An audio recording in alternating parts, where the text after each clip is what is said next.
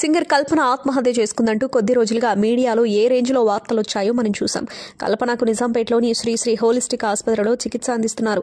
కల్పన హైదరాబాద్లోని నిజాంపేటలో గల ఓ గేటెడ్ కమ్యూనిటీలో నివాసం ఉంటూ ఉండగా గత 2 రోజులుగా కల్పన ఇంట్లో నుంచి బయటకు రావడం లేదు. అనుమానం వచ్చి చుట్టుపక్కల వాళ్ళు పోలీసులకు ఫిర్యాదు చేశారు. విషయం తెలుసుకున్న అధికారులు వెంటనే ఘటనా స్థలానికి చేరుకుని తలుపులు పగలగొట్టి లోనికి వెళ్లి చూసేసరికి ఆమె అపస్మారక స్థితిలోకి వెళ్లిపోయింది. పోలీసులు వెంటనే ఆమెను ఆసుపత్రికి తరలించి చికిత్స అందించారు. కల్పన కోలుకోగా తాజాగా వీడియో విడుదల చేసింది. తన భర్తపై మీడియాలో తప్పుడు ప్రచారం జరుగుతుందని, దానిని ఆపేయాలని వీడియోలో చెప్పింది కల్పన. నేను, నా భర్త, నా కూతురు సంతోషంగా ఉన్నాం. నాకిప్పుడు 45 సంవత్సరాలు. ఈ వయసులో PhD LLB చేస్తున్నాను.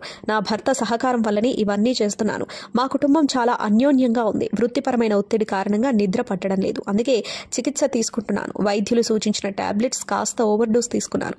అందువలన స్పృహ తప్పి పడిపోయాను. నా భర్త సకాలంలో స్పందించడం, కాలనీ వాసులు, పోలీసులు సకాలంలో స్పందించడం వలన ఈ రోజు నేను మీ ముందున్నాను. త్వరలోనే మళ్లీ నా పాటలతో మీ ముందుకు వస్తాను. ఆయన సహకారం వలన అన్ని రంగాల్లో రాణిస్తున్నాను. నా జీవితంలో బెస్ట్ గిఫ్ట్ నా భర్త. నా ఆరోగ్యం గురించి ఎంక్వైరీ చేసిన అందరికీ నా కృతజ్ఞతలు అని కల్పన వీడియోలో తెలిపింది. టాలీవుడ్లో అత్యంత పాపులర్ సింగర్లలో కల్పన ఒకరు. మధురమైన గాత్రంతో ఎన్నో సూపర్ హిట్ సాంగ్స్ పాడి శ్రోతలను మైమరిపించింది.